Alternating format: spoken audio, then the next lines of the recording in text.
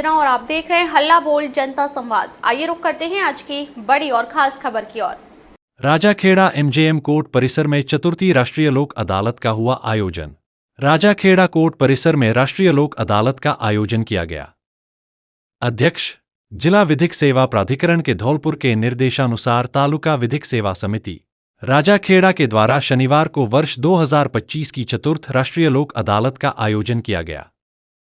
तालुका विधिक सेवा समिति राजाखेड़ा के अध्यक्ष एवं सिविल न्यायाधीश एवं न्यायिक मजिस्ट्रेट श्री आकाश शर्मा की अध्यक्षता में गठित बेंच द्वारा 66 फौजदारी, 2 सिविल एवं 1 एनआई एक्ट समेत कुल 69 प्रकरणों का निस्तारण किया गया।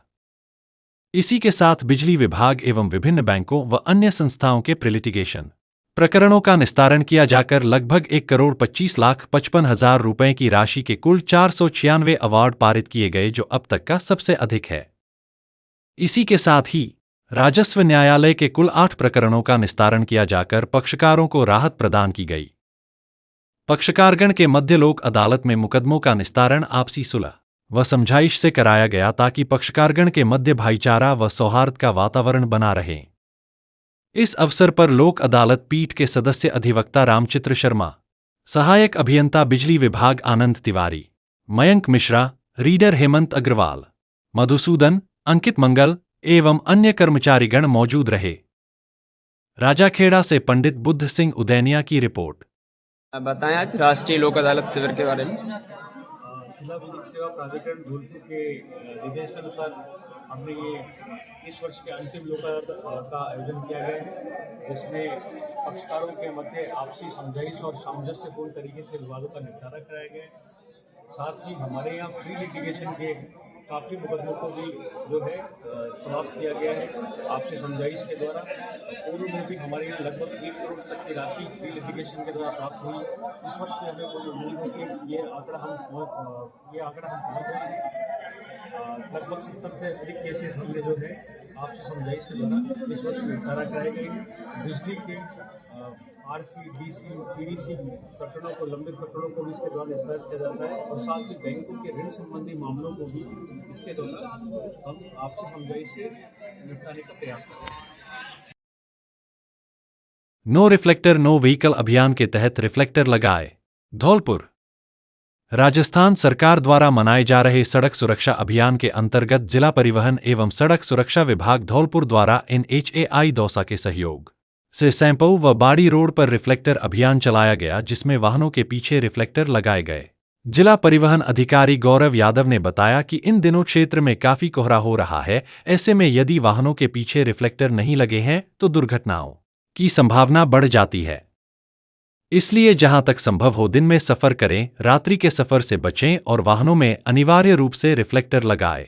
उन्होंने कहा कि खासकर ट्रालियों के पीछे रिफ्लेक्टर लगा होना अनिवार्य है। परिवहन निरीक्षक श्रीकांत कुमावत ने बताया कि हमारे द्वारा सड़क सुरक्षा अभियान के अंतर्गत नियमित रूप से रिफ्लेक्टर लगाए जा रहे हैं। यह अभियान जारी रहेगा। वाहन चालक यातायात नियमों की पालना करें। चंद्रमल फाउंडेशन संस्था के अध्यक्ष राजवीर सिंह गुर्जर ने कहा कि हमारी संस्था द्वारा सड़क सुरक्षा अभियान के लिए हर संभव सहयोग प्रदान किया जाएगा। उन्होंने बताया कि संस्था सामाजिक सरोकार के क्षेत्र में अपनी विशिष्ट पहचान रखती है और आगे भी सामाजिक दायित्वों का निर्वहन करेगी। यशवीर पोसवाल, अंकित अग्रवाल मुख्य रूप से उपस्थित थे। हमारे द्वारा सड़क सुरक्षा अभियान के दौरान बाड़ी और सैंपऊ रोड पर रिफ्लेक्टर टेस्ट का अभियान चलाया गया। 100 से अधिक वाहनों पर रिफ्लेक्टर टेस्ट लगाए गए, जो कि सर्दी के समय में, धुंध के समय में विजिबिलिटी कम होने के कारण बहुत अच्छा इफेक्ट देगी। धौलपुर में मनरेगा के समर्थन में कांग्रेस का विशाल धरना प्रदर्शन। धौलपुर अखिल भारतीय कांग्रेस कमेटी के निर्देशानुसार एवं प्रदेश कांग्रेस अध्यक्ष गोविंद सिंह डोटासरा के मार्गदर्शन में जिला कांग्रेस कमेटी धौलपुर द्वारा मनरेगा, महात्मा गांधी राष्ट्रीय ग्रामीण रोजगार गारंटी योजना को कमजोर किए जाने के विरोध में गांधी पार्क स्थित राष्ट्रपिता महात्मा गांधी की प्रतिमा के समक्ष शांतिपूर्ण धरना एवं विरोध प्रदर्शन आयोजित किया गया। कार्यक्रम की अध्यक्षता जिला कांग्रेस अध्यक्ष एवं विधायक संजय कुमार जाटव ने की। धरने को संबोधित करते हुए विधायक संजय कुमार जाटव ने कहा कि मनरेगा ग्रामीण विकास की मजबूत कड़ी रही है और इस योजना को कमजोर करना गरीबों के संवैधानिक अधिकारों को छीनने जैसा है।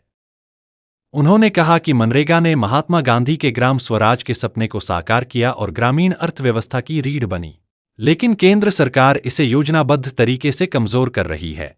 राजस्थान प्रदेश कांग्रेस कमेटी के कोषाध्यक्ष एवं विधायक रोहित वोहरा ने कहा कि मनरेगा ने करोड़ों लोगों को सम्मान के साथ काम करने का कानूनी अधिकार दिया। योजना से महात्मा गांधी का नाम हटाना या इसके मूल स्वरूप से छेड़छाड़ करना कानून की आत्मा पर हमला है। उन्होंने चेतावनी दी कि जिले में मनरेगा को लेकर बड़ा आंदोलन किया जाएगा।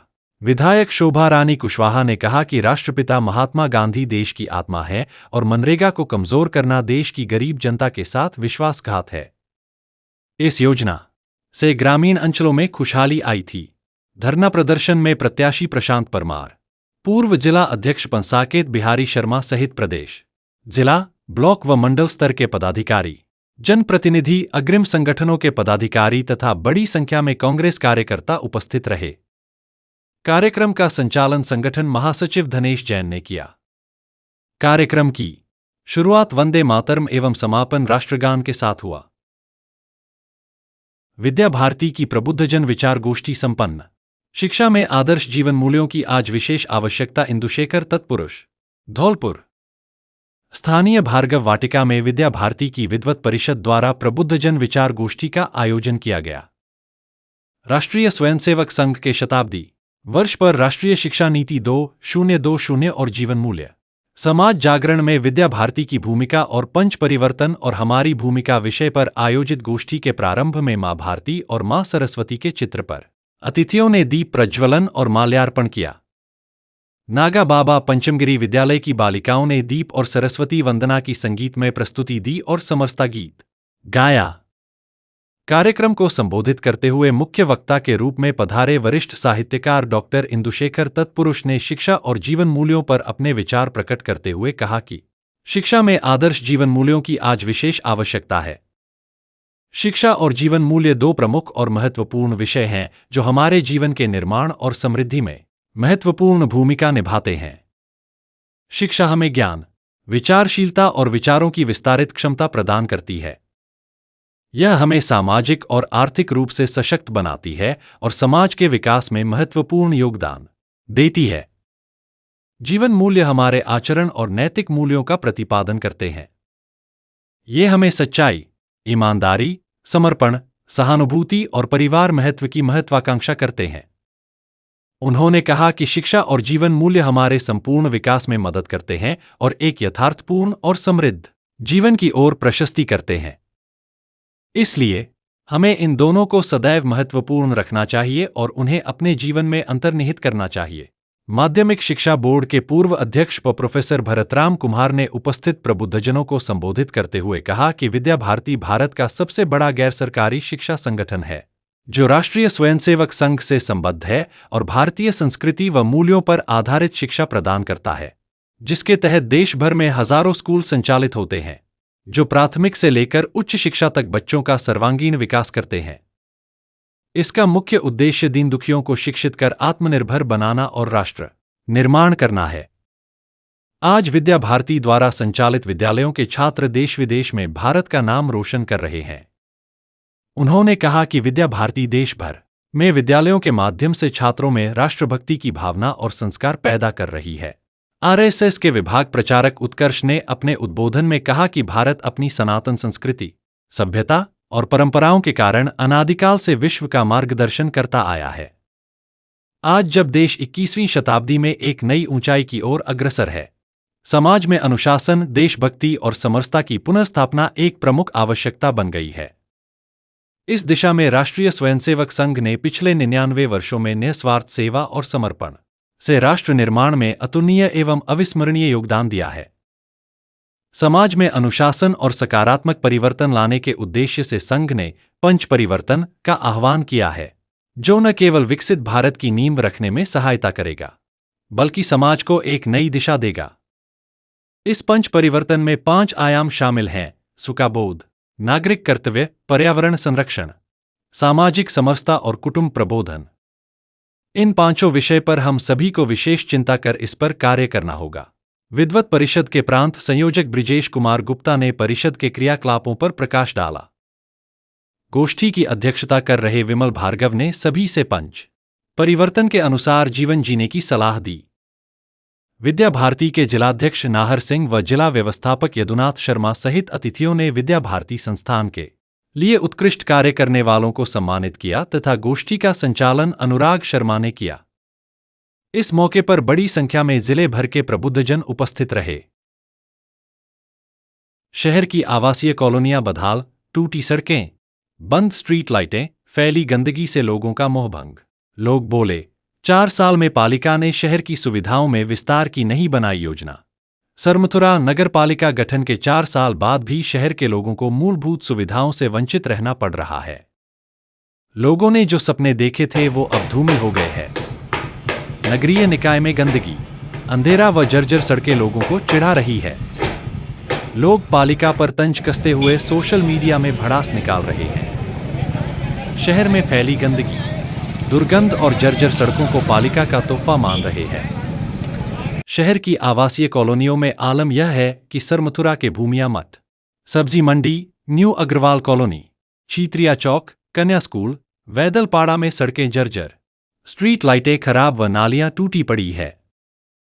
हालात ऐसे है कि अंधेरे में लोगों ने मोहल्लों में घूमना फिरना भी बंद कर दिया है। गंदगी के कारण सर्दी के मौसम में भी मच्छरों का प्रकोप बढ़ने लगा है। राहगीर नाक बंद कर राह निकलने को मजबूर हैं। यही नहीं, छंटनी होने के कारण सफाई कर्मी नदारद हैं और कचरा उठाने वाला वाहन तो जैसे महीनों से गायब है। लोग तो यहां तक कह रहे हैं कि सड़क कम, गड्ढे ज्यादा नजर आती है।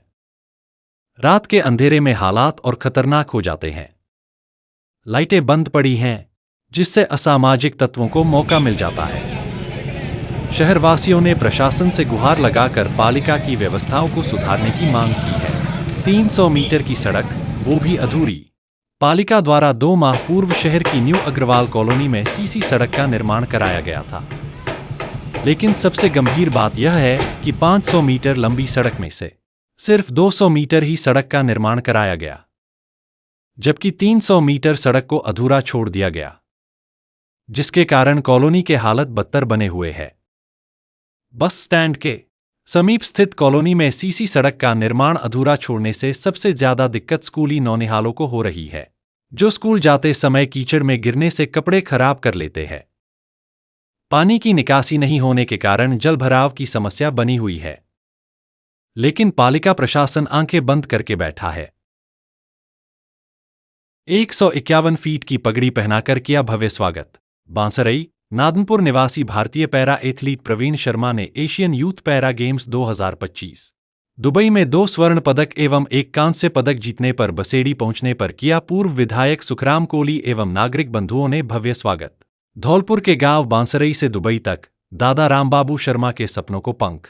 प्रवीण शर्मा ने एशियन यूथ पैरा गेम्स 2025 में रचा इतिहास। दुबई, 7-14 दिसंबर 2025। राजस्थान के धौलपुर जिले के छोटे से गांव बांसरई का नाम आज अंतर्राष्ट्रीय खेल मंच पर गर्व के साथ लिया जा रहा है।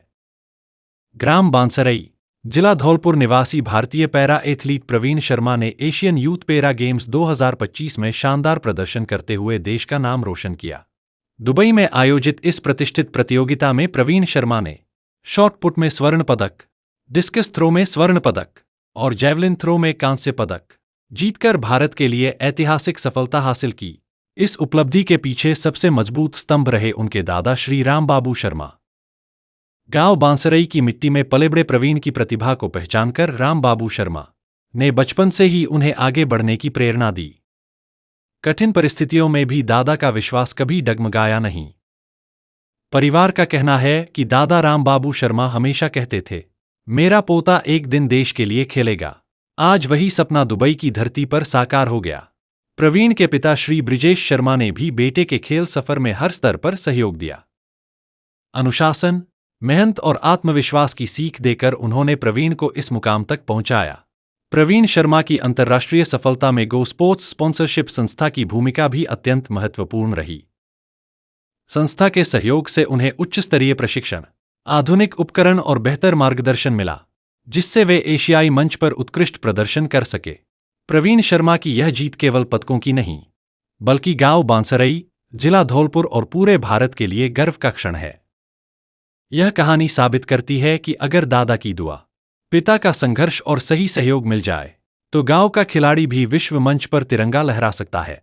बसेड़ी पहुंचने पर राघव पैलेस में आयोजित सम्मान समारोह में भव्य स्वागत किया। अब तक के लिए बस इतना ही, फिर मिलते हैं एक ऐसी ही बड़ी खबर के साथ। तब तक के लिए नमस्कार और देखते रहिए हल्ला बोल जनता संवाद। अगर आपको ये वीडियो पसंद आई हो तो इसे लाइक करें व शेयर करें। ऐसे लेटेस्ट अपडेट पाने के लिए बेल आइकन को प्रेस करना ना भूलें। अगर आप हमें फेसबुक या फिर इंस्टा के माध्यम से देख रहे हैं तो हमारे पेज को फॉलो जरूर करें। धन्यवाद।